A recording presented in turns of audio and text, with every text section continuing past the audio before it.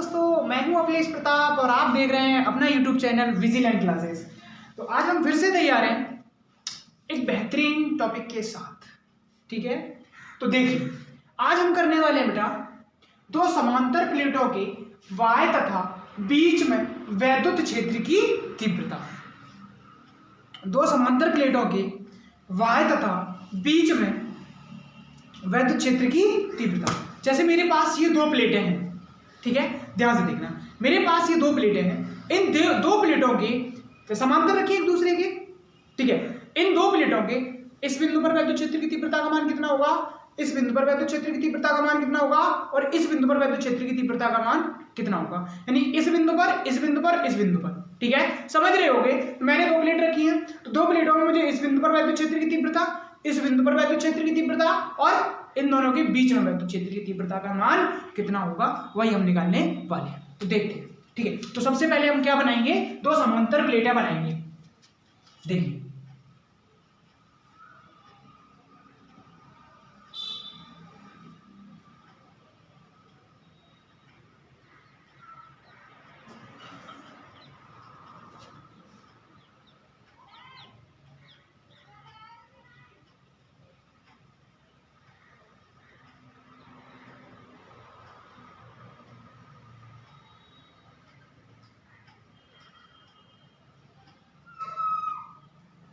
मैंने बनाई बेटा दो समांतर प्लेट हैं। देखो एक पर मैंने कहा इस पर माइनस सिग्मा, इस पर प्लस सिग्मा, अर्थात मैंने इस पे कहा बेटा कि इस पर नेगेटिव चार्ज है, इस पर पॉजिटिव चार्ज है। कैसा चार्ज है, पॉजिटिव चार्ज। बहुत ध्यान से देखना बेटा, इस प्लेट पर कंप्लीटली क्या है, पॉजिटिव चार्ज और दूसरी क्या है, नेगेटिव चार्ज।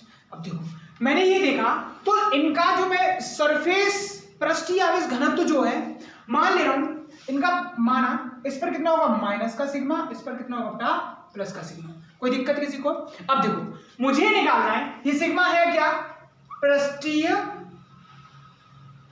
आवेश घनत्व। क्या बेटा, पृष्ठीय आवेश घनत्व। वेरी वेरी इंपॉर्टेंट टॉपिक है, ध्यान रखना इस बार। ठीक है, तो हम बात करते हैं इस सिग्मा के बारे में। तो सिग्मा क्या है हमारे पास, पृष्ठीय आवेश घनत्व। तो इस पृष्ठीय आवेश घनत्व के बारे में बात करते हैं। तो देखो मैंने कहा मेरे पास तीन पॉइंट है, एक ये वाला पॉइंट, एक ये वाला पॉइंट और दूसरा तीसरा ये वाला पॉइंट। ठीक है, तो मैंने इसको कहा पॉइंट नंबर 1, मैंने इसको कहा पॉइंट नंबर 2 और इसको कहा पॉइंट नंबर 3। ठीक है, किसी को कोई दिक्कत बेटा। तो यहां समझते हैं बेटा आगे। देखो सबसे पहले मैं बात करता हूं बिंदु 1 पर वैद्युत क्षेत्र की तीव्रता का मान। ठीक है बेटा, तो मैंने देखना है कि बिंदु 1 पर वैद्युत क्षेत्र की तीव्रता का मान। तो देखो बिंदु 1 पर वैद्युत क्षेत्र की तीव्रता निकालते हैं। तो देखो हम सबसे फिर से वैद्युत क्षेत्र की तीव्रता बात कर रहे हैं। तो क्षेत्र की तीव्रता, तीव्रता यानी कि सदिश राशि। वैद्युत क्षेत्र की तीव्रता कैसी है, सदिश राशि। अगर सदिश राशि है तो इसमें दिशाएं होंगी, अगर दिशाएं हैं तो एक पर माइनस है दूसरे पर क्या है, प्लस है। तो देखो सबसे पहले मैं देखता हूं प्लस आवेश जो ये मेरे पास ये वाली प्लेट है, इसके कारण इस बिंदु पर, अगर मुझे इसके कारण इस प्लेट बिंदु पर देखना है तो इस वाली प्लेट को भूल जाओ, अभी यहां पर कुछ है भी। ठीक है, तो मुझे इसके कारण देखना है इस बिंदु पर। तो जब मैं इसके कारण इस बिंदु पर देखूंगा तो वैद्युत क्षेत्र की तीव्रता की दिशा कैसे होगी, बाहर की ओर। तो इसके कारण कैसे होगी बेटा, बाहर की ओर, जिसको मैं नाम दे दिया बेटा E1। कोई दिक्कत किसी को। अब ये क्या है, माइनस वाला, तो माइनस में वैद्युत क्षेत्र की तीव्रता अंदर की ओर होती है, यानी अंतर्मुखी होती है, और प्लस वाले के लिए वायुमुखी। ठीक है, तो इसके लिए कैसे होगी वैद्युत क्षेत्र की तीव्रता, ऐसे E2। ठीक है, E2 कुछ भी कर लो, 1 मीडियम इसको कहते हो, 2 मैं नंबर इसको दे दिया। कोई दिक्कत। तो मेरे पास वैद्युत क्षेत्र की तीव्रता आ गई। अब देखो मुझे यहां पर निकालनी है बेटा परिणामी तीव्रता। परिणामी तीव्रता यानी कि दोनों कैसी है बेटा, विपरीत डायरेक्शन में। दोनों कैसी है, विपरीत डायरेक्शन में। जब मेरे पास विपरीत डायरेक्शन में है तो मुझे निकालना बेटा E बराबर E1 माइनस के E2, एक पॉजिटिव दूसरा नेगेटिव। ठीक है, तो इनका पृष्ठीय आवेश घनत्व कितना है बेटा, पृष्ठीय आवेश घनत्व कितना है सिग्मा, तो लगाएंगे बेटा। अब देखो प्लेट के कारण पृष्ठीय आवेश घनत्व हमने देखा था, पृष्ठीय आवेश यानी हमने एक सरफेस के कारण देखा था पृष्ठीय आवेश घनत्व, क्या देखा था सरफेस यानी कि पृष्ठ वाला देखा था ना, एक समांतर चादर थी, चादर पर हमने देखा था बेटा, क्या देखा था कि जो पृष्ठीय आवेश घनत्व था, तो पृष्ठीय आवेश घनत्व क्या था कि ई जो मेरे पास था वैद्युत क्षेत्र की तीव्रता उस बिंदु पर सिग्मा अपॉन 2 एप्सिलॉन नॉट कितनी थी, सिग्मा अपॉन 2 एप्सिलॉन नॉट, ठीक है। तो sigma upon 2 epsilon not, sigma upon 2 epsilon nought, तो मुझे पता था ये होता है, ठीक। मैं किस बिंदु पर निकाल रहा हूँ, पहले बिंदु पर निकाल रहा हूँ, तो E first point equal to E1 कितना आएगा बेटा मेरे पास सिग्मा अपॉन 2 एप्सिलॉन नॉट, और दूसरे वाले के लिए भी कितना आएगा बेटा सिग्मा अपॉन 2 एप्सिलॉन नॉट। जब दोनों प्लेटों का पृष्ठीय आवेश घनत्व कैसा है समान है, तब मेरे पास क्या होगा बेटा sigma upon 2 epsilon not, sigma upon 2 epsilon nought, तो ये कट जाएगा, बोलो सही है कि नहीं। जब ये कट जाएगा तो मेरे पास E1 पॉइंट पर कितना आएगा 0, अर्थात प्लेट के y बिंदु पर यानी पहले बिंदु पर वैद्युत क्षेत्र की तीव्रता का मान कितना है 0, ठीक है। अब देखते हैं बेटा दूसरे बिंदु पर, बिंदु 2 पर वैद्युत क्षेत्र की तीव्रता का मान, ठीक है। बिंदु 2 पर वैद्युत क्षेत्र की तीव्रता का मान यानी इस बिंदु पर देखना है, तो वैद्युत क्षेत्र की तीव्रता देखनी है, तो सबसे पहले हम क्या देखेंगे बेटा इनकी दिशा। तो देखो माइनस की कार्ड देख रहा हूं सबसे पहले, तो माइनस की कार्ड कैसा होता है अंदर की ओर, तो देखो इस बार E2 कहां होगा अंदर की ओर,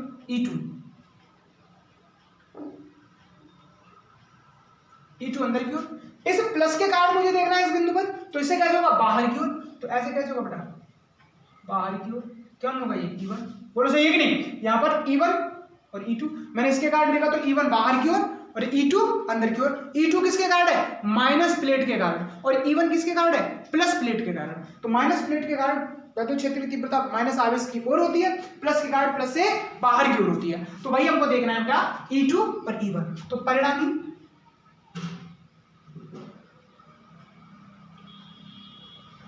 तीव्रता किसकी वैद्युत क्षेत्र की तीव्रता, तो कितनी आएगी बेटा E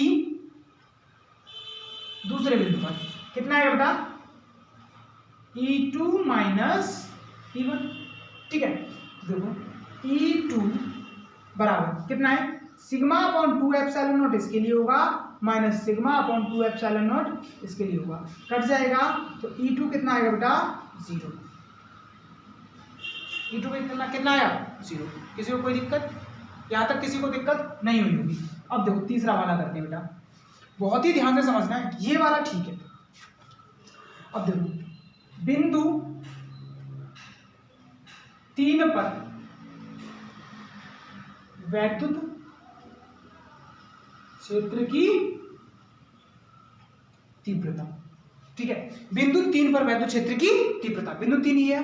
अब देखो इस माइनस आवेश के कारण कहां होगा, इस माइनस आवेश के कारण वैद्युत क्षेत्र की तीव्रता कैसे होगी माइनस के कारण ऐसे, ये कौन सा 2, तो E2, ठीक है। इसके कारण कैसे होगी प्लस के कारण, बोलो प्लस प्लेट के कारण कैसी होगी, गलत लिख दी मैंने, ऐसे नहीं, जैसे मेरे पास ये बिंदु 3 है, तो देखो माइनस प्लेट के कारण होगी इस माइनस के आवेश की ओर, ऐसे करके, सही है कि नहीं।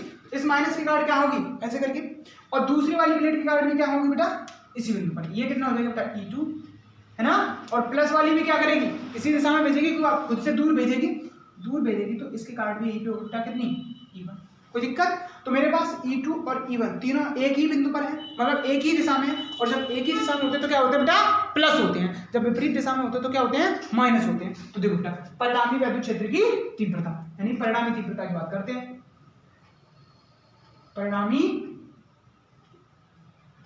तीव्रता। तो परिणामी तीव्रता हम कैसे निकालेंगे बेटा E equal to sigma upon 2 epsilon naught, sorry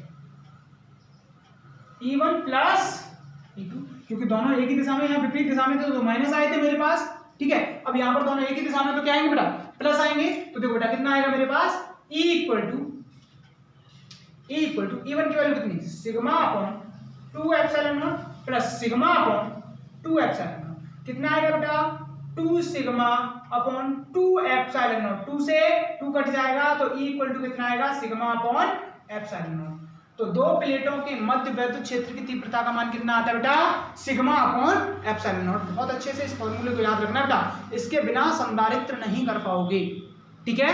क्योंकि संधारित्र में भी दो प्लेटें होती हैं जिनके बीच में हमको वैद्युत क्षेत्र की तीव्रता फाइंड करनी होती है। तीव्रता फाइंड करने के बाद तब धारिता को निकालते हैं, ठीक है। तो आप इसका स्क्रीनशॉट लीजिए, तब तक बढ़ते हैं हम अगले टॉपिक पे।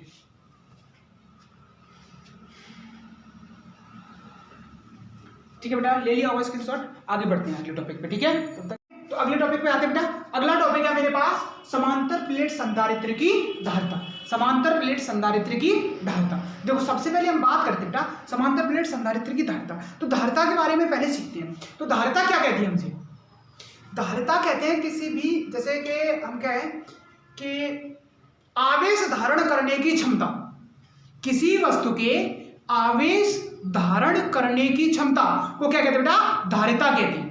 किसी वस्तु के आवेश धारण करने की क्षमता को क्या कहते हैं बेटा, धारिता कहते हैं। अगर मुझको इसको डिफाइन करना है तो देखो, मुझे अगर इसको डिफाइन करना है तो ये मेरे पास फॉर्मूला आता है बेटा, C बराबर Q अपॉन V। इस किस वे में आता है, किस तरीके से आता है।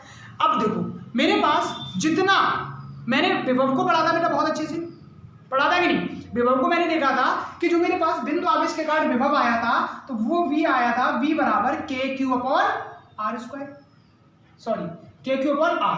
यह आया था मेरे पास बिंदु आवेश के कारण विभव KQ अपॉन R। यहां से मैंने कंक्लूजन निकाला था कि V प्रोपोर्शनल होगा Q के और R इनवर्सली प्रोपोर्शनल होगा, V प्रोपोर्शनल इनवर्सली प्रोपोर्शनल होगा R के। अर्थात मेरे पास ये वाली बात समझ में आई तुम लोग, देखो ये वाली बात समझ में आई। अर्थात मैंने कहा किसी वस्तु में आवेश का मान बढ़ाने पर विभव का मान भी स्वतः बढ़ जाता है। अर्थात किसी वस्तु में आवेश विभव के अनुक्रमानुपाती होता है। किसी वस्तु में आवेश विभव के अनुक्रमानुपाती होता है। अर्थात मैंने कहा बेटा कि मेरे पास Q इज प्रोपोर्शनल टू होता है V, Q is proportional to V। तो V में अब यहां पर क्या लेते हैं बेटा, कांस्टेंट लेते हैं, कांस्टेंट के रूप में लेते हैं क्या, C इंटू V। तो C यहां से निकालेंगे तो आएगा Q अपॉन V। तो मेरे पास धारिता क्या आएगा बेटा, इसी को कहते हैं धारिता। जो मेरे पास C है ना, C को कहते हैं क्या, धारिता, ठीक है। तो यही होती है C धारिता। इसी चीज को आगे बढ़ते हैं और हम समझते हैं बेटा समांतर प्लेट संधारित्र की धारिता। तो देखो किस तरीके से करते हैं। सबसे पहले मैं एक समांतर प्लेट संधारित्र बताऊं।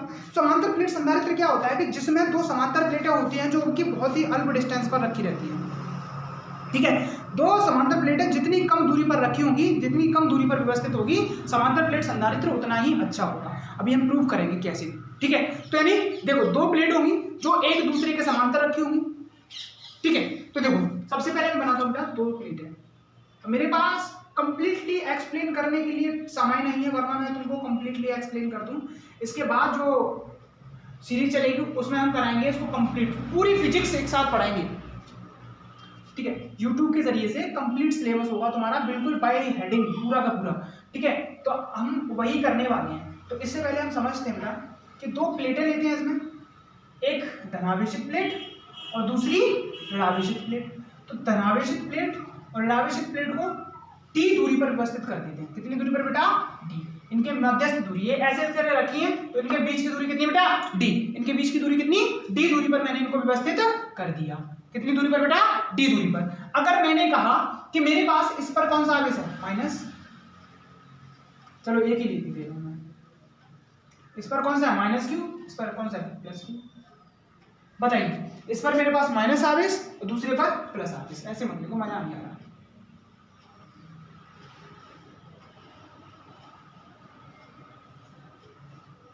इस पर प्लस आवेश, इस पर कौन सा आवेश बेटा, प्लस आवेश। एक पर प्लस दूसरे पर माइनस। तो अब हमको इस संधारित्र की धारिता ज्ञात करनी है। तो अभी हमने जस्ट थोड़ी देर पहले देखा कि देखो सबसे पहले देखते हैं बेटा, दोनों प्लेटों के मध्य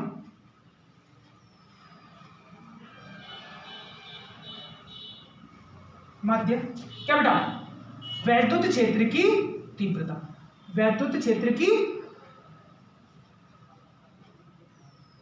की तीव्रता कैसे निकालेंगे? परिणामी तीव्रता हम इस बिंदु पर रखेंगे, तो एक इधर दूसरा भी इधर, एक ही दोनों एक ही डायरेक्शन में होंगे। अगर मैं देखूँ ये वाला मेरे पास पॉइंट रखा है, ऐसे करके E1 आ गया और दूसरा इस पर भी आ जाएगा E2, तो जिसके कारण मैं निकालूंगा तो E बराबर E1 प्लस E2। तो मैं निकालूंगा यहाँ से E1 की value sigma upon 2 epsilon naught plus sigma upon 2 epsilon naught equal to कितना आएगा 2 सिग्मा अपॉन 2 एप्सिलॉन नॉट, 2 से 2 कट जाएगा तो E इक्वल टू कितना आएगा बेटा सिग्मा अपॉन एप्सिलॉन नॉट। इस बात से सहमत हो? बताइए क्या मेरे इस बात से सहमत हो? बोलो हो कि नहीं? तो ये मेरे पास आ जाएगा E बराबर सिग्मा अपॉन एप्सिलॉन नॉट। अब हमको वैद्युत क्षेत्र तो चाहिए नहीं, हमको चाहिए धारिता, ठीक है, और धारिता में कहीं नहीं आता क्या वैद्युत क्षेत्र, बोलो सही है कि नहीं? अब देखो मैं एक बार यहां पर एक बात ये जानता हूं कि जो मेरे पास E है, E को मैं कुछ इस तरीके से लिख सकता हूं, विभव प्रवणता से। किससे बेटा? विभव प्रवणता क्या था? E इक्वल टू dv बट्टे dr, E equal to dv बट्टे dr। तो क्या मैं इसको ऐसे लिख सकता हूं v अपॉन इनके मध्यस्थ दूरी d है, तो है ना, इनके मध्यस्थ दूरी वहां पर r दूरी थी, यहां पर कितनी दूरी बेटा? ये d दूरी है, तो क्या मैं लिख सकता हूं ऐसे v अपॉन d। अब देखो एक्चुअल में तुम कह रहे होगे माइनस होता है, लेकिन हम इसका लेते क्या परिमाण, क्या लेते हैं इसका परिमाण लेते हैं। परिमाण लेने पर क्या आएगा बेटा? v अपॉन r आएगा, बोलो सही है कि नहीं? आएगा कि नहीं आएगा? तो मेरे पास E इक्वल टू कितना आया v अपॉन d। क्या मैं इस वाले मान को समीकरण क्या दूं, इसको समीकरण 1 में मान रखने पर समीकरण कौन सा है? ये वाला। तो कितना आएगा v upon d equal to sigma upon epsilon naught. क्या d को मैं उधर ले जा सकता हूं? बोलो क्या d को मैं उधर ले जा सकता हूं? हाँ बिल्कुल ले जा सकता हूं। देखिए बेटा इसे d को मैं उधर ले जाऊंगा तो v इक्वल टू कितना आएगा sigma into d upon epsilon not, sigma into d upon epsilon not. अब देखो धारिता के सूत्र से, किससे बेटा? धारिता के सूत्र से, धारिता के सूत्र से। धारिता का सूत्र क्या कहते हैं हमसे? C बराबर Q अपॉन V, C बराबर Q अपॉन V। तो Q हम जानते हैं बेटा बहुत अच्छे से, सिग्मा इंटू A, क्योंकि हम यहां पर जानते हैं सिग्मा इक्वल टू होता है Q अपॉन A, तो A को इधर ले जाएंगे तो Q इक्वल टू कितना आएगा सिग्मा इंटू A। आएगा कि नहीं आएगा? क्या इस वाले मान को मैं यहां पर यूज कर सकता हूं और V का मान वहां से उठा के रख सकता हूं?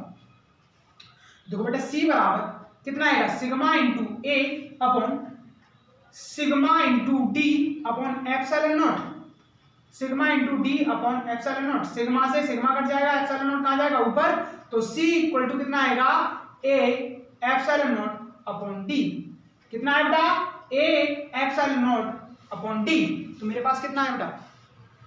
समांतर प्लेट संधारित्र की धारिता कितनी आती है बेटा? C बराबर A epsilon naught upon D, C बराबर A epsilon naught upon D। क्या ये वाली बात समझ में आई आपको? बताइए क्या ये वाली बात समझ में आई? बोलो सही है कि नहीं? अगर मेरे पास इसके बीच में कोई माध्यम बना हो तो अब देखो मैं ऐसे ये चीज देखना चाहता हूं, क्या प्लेट का एरिया परिवर्तित होगा? बोलो अगर मैंने कोई प्लेट फिक्स कर दी, क्या इस प्लेट का एरिया परिवर्तित होगा? नहीं होगा। एप्सिलॉन नॉट की वैल्यू परिवर्तित होगी? नहीं होगी। कितनी होती है एप्सिलॉन नॉट की वैल्यू? 8.854 इंटू 10 की घात माइनस के 12, ठीक है? कितनी? 8.854 इंटू 10 की घात माइनस के 12 कूलम स्क्वायर प्रति newton into metre square, coulomb square प्रति न्यूटन इंटू मीटर स्क्वायर। ये होती है एप्सिलॉन नॉट की वैल्यू। बताइए कोई दिक्कत? अब देखो मेरे पास आया C बराबर A epsilon naught upon D। अब क्या करूं कि मेरे पास ये परिवर्तित, देखो यहाँ पर ये वाली बात समझ में आई कि नहीं आई? तो पहले स्क्रीनशॉट लो, फिर इसका बारे में बता रहा हूं तुमको। ले लिया होगा, ठीक है? तो देखो इसके बाद एक टॉपिक और आता है, कहता है समांतर प्लेट संधारित्र में परावैद्युत पदार्थ का प्रभाव, ठीक है? समांतर प्लेट संधारित्र में परावैद्युत पदार्थ का प्रभाव। तो देखो यहां तक तुम सेम करने वाले हो, सब कुछ सेम करने वाले हो यहां से यहां तक। अब देखो चेंज क्या होगा? चेंज होगा वो ये होगा कि जो मेरे पास एप्सिलॉन है एप्सिलॉन नॉट है। एप्सिलॉन नॉट यहाँ पर क्या है, निर्वात की वैद्युतशीलता, निर्वात की वैद्युतशीलता। लेकिन हमको चाहिए क्या, फिर परावैद्युत पदार्थ भर दिया, यानी मैंने कोई एक पदार्थ भर दिया, तो अब उसे पदार्थ की वैद्युतशीलता चाहिए ना मुझे। तो पदार्थ की वैद्युतशीलता मैं जानता हूं बेटा क्या आती है, सिग्मा नहीं एप्सिलॉन। क्या आती है बेटा, एप्सिलॉन। तो अगर मेरे पास एप्सिलॉन है तो एक रिलेशन मैं जानता हूं बेटा, एप्सिलॉन आर बराबर एप्सिलॉन नॉट अपॉन एप्सिलॉन। क्या मैं यहां से एप्सिलॉन का मान निकाल सकता हूं, एप्सिलॉन अपॉन एप्सिलॉन नॉट। तो एप्सिलॉन इक्वल टू कितना आएगा मेरे पास, epsilon R into epsilon nought. तो एप्सिलॉन की वैल्यू आएगी तो क्या मैं इस जगह पे यूज कर पाऊंगा, देखो वही मैं करने वाला। इधर रफ कर दे बेटा इसको, हाँ ठीक है कर दीजिए। देखना बेटा, जब संधारित्र की प्लेटों के मध्य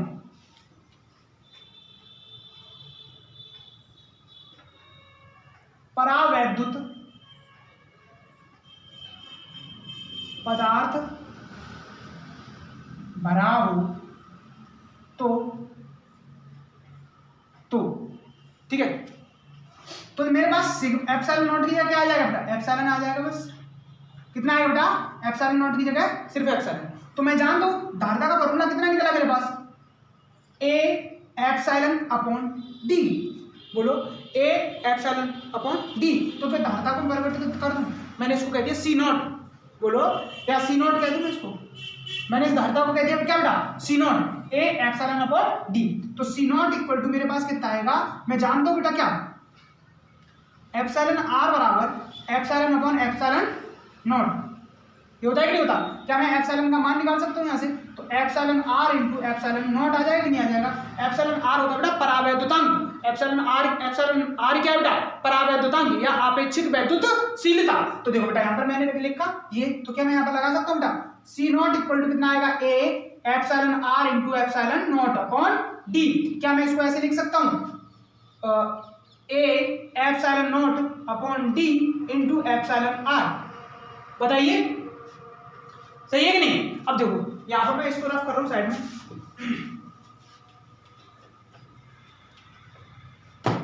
ये मेरे पास सी नॉट इक्वल टू कितना है, A epsilon naught upon D into epsilon R. तो देखिए क्या मैं जानता हूं, A epsilon naught upon D क्या था, मैंने अभी निकाला उधर देखो, सी है कि नहीं। तो मेरे पास सी जो है, सी नॉट जो है वो कितना आएगा, C into epsilon R, C into epsilon R. कभी किसी किसी किताब में कुछ इस तरीके से दिया होता है बेटा, सी नॉट इक्वल टू के इंटू सी, ठीक है, के इंटू सी। और कभी किसी किसी किताब में इस तरीके से देते बेटा, सी बराबर सी नॉट इंटू के। सी नॉट वाली इस वैल्यू को मानते हैं, सी नॉट उस जगह पर जब जिन किताबों में ये दिया है ना सी बराबर सी नॉट इंटू के, उन जगह पर सी नॉट इसको माना जाता है, इसलिए सी नॉट आता है यहाँ पे, ठीक है। मैंने इसको सी माना है, और दूसरी वाली परिवर्तित है, परिवर्तित धारिता जिसको मैंने माना क्या बेटा, सी नॉट। परिवर्तित धारिता को क्या माने मैंने, सी नॉट, ठीक है। इसलिए मेरा फॉर्मूला कुछ इस तरीके से बन गया है, के यहाँ पर क्या बेटा, के या एप्सिलॉन आर क्या बेटा, परावैद्युतांक, क्या बेटा, परावैद्युतांक, ठीक है, परावैद्युतांक, ठीक है, जो प्रत्येक माध्यम पर निर्भर करता है, कौन सा माध्यम है, किस माध्यम के लिए कितना परावैद्युतांक है, ये उस पर निर्भर करता है, पदार्थ की प्रकृति पर निर्भर करता है, ठीक है। तो ये वाली बात समझ में आई आपको, तो स्क्रीनशॉट लेना चाहो तो ले लीजिए। तो हम बोल सकते बेटा कि अगर मेरे पास किन्हीं दो समांतर प्लेट संधारित्र के मध्य में परावैद्युत पदार्थ भर दिया जाए तो उसकी धारिता एप्सिलॉन आर गुना बढ़ जाती है, ठीक है। तो उसकी धारिता एप्सिलॉन आर गुना बढ़ जाती है। क्या था बेटा, जब संधारित्र की प्लेटों के मध्य परावैद्युत पदार्थ भरा हो तो उसकी धारिता कितनी बढ़ जाती है बेटा, तो उसकी धारिता एप्सिलॉन आर गुनी हो जाती है। तो उसकी धारिता एप्सिलॉन आर गुनी हो जाती है, किसके बेटा, प्रारंभिक धारिता के, ठीक है। पहले की धारिता के कितनी हो जाती है बेटा, एप्सिलॉन आर गुनी हो जाती है। कोई बात, कोई दिक्कत यहाँ तक, नोट कर लीजिए इसको, ठीक है, कर लिया होगा तो ठीक है। आज की क्लास रखते हैं इतनी आज, ठीक है। तो बस आप सपोर्ट बनाए रखिए, ये अखिलेश प्रताप आपको कंप्लीट फिजिक्स करा के देगा नेक्स्ट। ठीक है, तो आप देखिए हम कल लेके आते हैं एक और बेहतरीन टॉपिक जिसमें बात करेंगे संधारित्रों का श्रेणी क्रम संयोजन और समांतर क्रम संयोजन। ठीक है, और करेंगे बेटा इसमें 3 डेरिवेशन करने वाले हैं कल एक ही वीडियो में, वो होंगी संधारित्रों का श्रेणी क्रम संयोजन, समांतर क्रम संयोजन और संधारित्र की ऊर्जा। ठीक है, संधारित्र की ऊर्जा, तो ये 3 चीज करने वाले हैं, तो हम 3 करेंगे अगली वीडियो में। तब तक के लिए देखते रहिए हमारा यूट्यूब चैनल विजिलेंट क्लासेस। ठीक है, तो आप चैनल को सब्सक्राइब करिए, लाइक करिए एंड शेयर करिए, जिससे आपके दोस्तों को भी पता चल जाए। ठीक है, आप अगर दूसरों का अच्छा चाहोगे तभी आपका भला हो पाएगा। अगर आप दूसरों का बुरा चाहते हो और अपना भला चाहते हो तो ऐसा पॉसिबल नहीं है यार। ठीक है, तो अपने साथ साथ दूसरे का भला भी चाहिए, करिए। ठीक है, तो अगर किसी को कोई नहीं देख पा रहा है, अगर डेरिवेशंस का रिवीजन करना है तो उसको बताइए कि विजिलेंट क्लासेस सर्च कीजिए, क्या चाहता है तुम्हारा, उसको बताओगे तो उसी का मतलब समझ आएगा, थोड़ी डेरिवेशन सीख जाएगा, तुम्हारा ही नाम लेगा। ठीक है, तो आप हमारे चैनल को शेयर करिए, बच्चों को बताइए, ज़्यादा से ज़्यादा बच्चों को जोड़ने की कोशिश करिए, बताइए। ठीक है, तो हम जल्दी ही मिलते हैं अगली वीडियो में, तब तक के लिए take care, bye bye, love you.